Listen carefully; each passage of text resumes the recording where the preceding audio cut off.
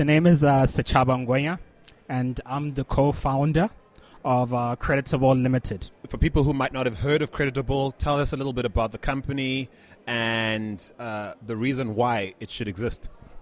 Creditable was started a couple of years ago, and what we do is that we turn companies into banks for their employees. And the reason we exist is because blue-collar workers don't have access to banking services. Yes, they have bank accounts, but the bank accounts do very, very little to uplift them. I know that in a world that allowed startups to have banking licenses, you'd have long had one by now, but you have to play nice with incumbents that have run the system for a while now. Tell me a little bit about that struggle and where the angst lies for you.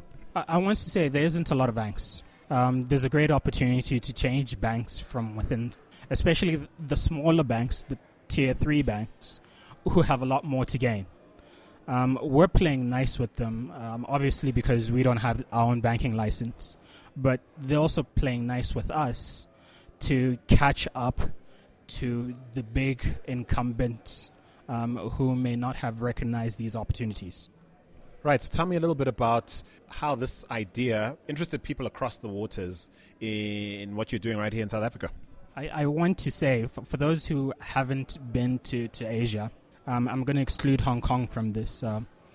Firstly, DBS and the guys at Nest brought us to Hong Kong.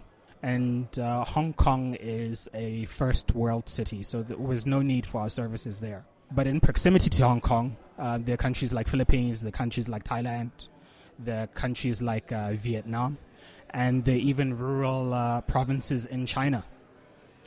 Creditable exists partially because banking doesn't cover and as many people as it should. Is this because they don't care? Is it just not financially viable? Is there not enough financial incentive to bank these people? Why? Why don't banks do what Creditable is out to try and do? There's a lot of incentive to bank the underbanked and blue-collar workers. The truth of the matter is that it's also expensive to bank blue-collar workers with the current systems that are in place. Again, what took us to Hong Kong is that we made it extremely cheap and affordable for the financial institutions that we partner up with to engage those blue-collar workers. Otherwise, they wouldn't have necessarily engaged with those blue-collar workers had we not showed them a way. So, talk me through your model. You've been in existence roughly 5 years. What does that runway look like? How much is left? How far off the ground is the plane? And how are you planning to keep it going? Yes, we have been in existence for 5 years, but we incorporated a good 3 years ago. And it's been rough, I want to say. Luckily, we've got VCs, and luckily, we've got banks who support us with their licensing. So things are looking pretty rosy for us right now. But just generally, engaging with a bank, you have to be able to stomach engaging with a bank for 18 months without seeing any light at the end of a tunnel. It's very hard. It's very taxing. Yes, they have to go through regulation. And regulation is a really, really big thing for them.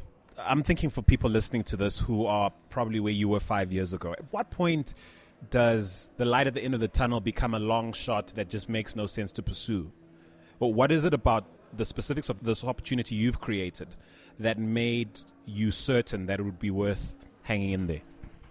I want to say that if you look at South Africa and South African banking, a lot of things haven't changed much in 10 years. So 10 years from today, hopefully we would have banked a lot more people. To answer that light at the end of the tunnel, what makes it make sense for us and what makes us hang in there is the fact that once in a while your breakthrough happens because the CEO or the COO says, fuck it, we're going to do it and we're going to chase this opportunity. Once in a while, a COO and a CEO puts their neck on the line, right, to pursue this and sees money and sees the potential to make banking a little bit better for consumers. So we shouldn't kid ourselves here. This isn't, again, a question of access and inclusion. There's warm, fuzzy outcomes, hopefully, in the adoption of services like yours. But ultimately, you're trying to win over people based on rands and cents and value in that regard. Yes, the very first people that we have to win over before our consumers are regulators. I mean, regulators, for the most part, they work hand in hand with the banks. And for the second most part, they work hand in hand with lobbyists. There's a lot of things at play, and not just warm, fuzzy feelings. There's a lot of fear, there's a lot of vested interest, but it all comes back to money at the end of the tunnel and regulation. How much of a hurdle has the sort of 4-year corporate cycle, governance cycle, been for your business? I mean, you're dealing with a system where leadership basically has to think in terms of shareholder value and making decisions, quite frankly, in 4-year cycles at best, if that. I'm glad you asked that. The truth of the matter is, if a VC like Nest doesn't believe in you, in all likelihood you're going to die. A very slow and painful and expensive death.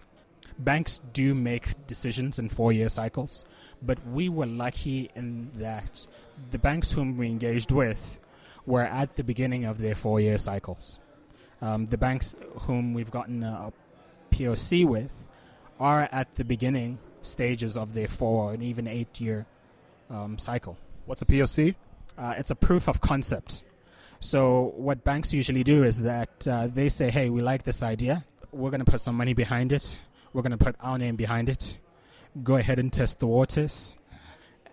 On our database, on our clients? On our database and on our dime. And we're going to give you 6 months to do it. If you don't come up with any convincing data points and proof of this concept within those months, we're going to shove this under... Take it behind the shed and shoot it, basically. Shoot it, yeah. So we were very fortunate that we came across these leaders at the beginning of their 4 and 8-year cycles. So how did you do? I want to say we're doing it. Okay. We're doing it. We will get our answer in roughly 3.5 months' time. Ooh, boy, we'll be watching. Thank you very much. So listen, back to something you said earlier in terms of the model. You mentioned companies that you sign up and essentially turn into banks for their own employees and that kind of thing. So you're a B2B situation as opposed to going straight to the client. How does the brand interact with the end user? We're very lucky, and our model is incredibly captive. Incredibly captive. We are a B2B player, but we also engage with our end customers, who are the consumers who buy these banking services and products. So there's a lot of engagement with the company, and the companies say, hey, engage with our people, seeing that you know a little bit better. So we engage with everybody, but we're mostly B2B. And so is it fair to say that if within the next 3.5 months everything goes well, you extended a lot more runway, you do really well, you're primed for acquisition really in the next couple of years, given that model? I'd imagine the banks you're doing really good work for would want this under their umbrella. Yes or no? Absolutely, yes. We are indeed primed for acquisition. However, you have to imagine that we have selected small banks, and we're limiting this acquisition to a region or a specific country. So if acquisition is going to happen, it's all in likelihood will be limited to that particular region or with the bank that we're engaging with. Which parts of any of the model you run is protectable? I want to say the IP. A lot of what we have is IP. And let's go back to protection. Currently, banks find it incredibly hard and expensive to innovate at speed, right? They can think of something, but if they were to do it themselves, it would take them 2 years. So these are the things that are protecting innovative companies. It's the willingness of the bank, the regulations, and the speed in which they can adopt and turn themselves around into innovators. I see, and I mean, very topical lately is is Vodacom again being dragged to court this time by a company as opposed to a former employee, accusing them of stealing an idea, the advanced airtime innovation, which has made them a lot of money, and now a company comes out saying, listen, that was our idea. We pitched it to you. You told us. This is reading between the lines because we don't have a lot of information yet. So this idea was ours. I'd imagine getting your company to this point, you'd have had to have dozens of pitches to people that, quite frankly, could have been in a position to scale your idea. Speak to someone who's 5 years, where you were 5 years ago, with a great idea, perhaps not even as condensed, not condensed into IP like yours. What would they do? What should they think about? What are the things they need to think about? First of all, I'd advocate that any innovator pitching to banks build a personal relationship with the people that they're engaging with. A lot of entrepreneurs make the mistake of perceiving that just IP will get you that far. The truth of the matter is that they are... do I have to be PC on this? No, absolutely not. Tell us what you're thinking. What's on your mind, man? The fact of the matter is that in any industry, there are a lot of cock blockers, and there's a lot of middle management whom will stop the idea dead right in its tracks. The way that you go about it is building strong personal and genuine personal relationships with middle management and with higher up executive management. If you don't do that, you're going to die. And that's really all that is. Yes, the guys who engaged with Vodacom may have had a strong, compelling idea, but clearly they didn't have any strong personal relationship with Vodacom. And by the way, it's not only Vodacom that is doing this credit extension thing. It's other mobile networks as well. I mean, come on. Everybody copies everybody. The guys who get in the door are the guys who have personal relationships. You're sensing a certain amount of naivete on the part of this company or these operators. Absolutely. But it is what it is.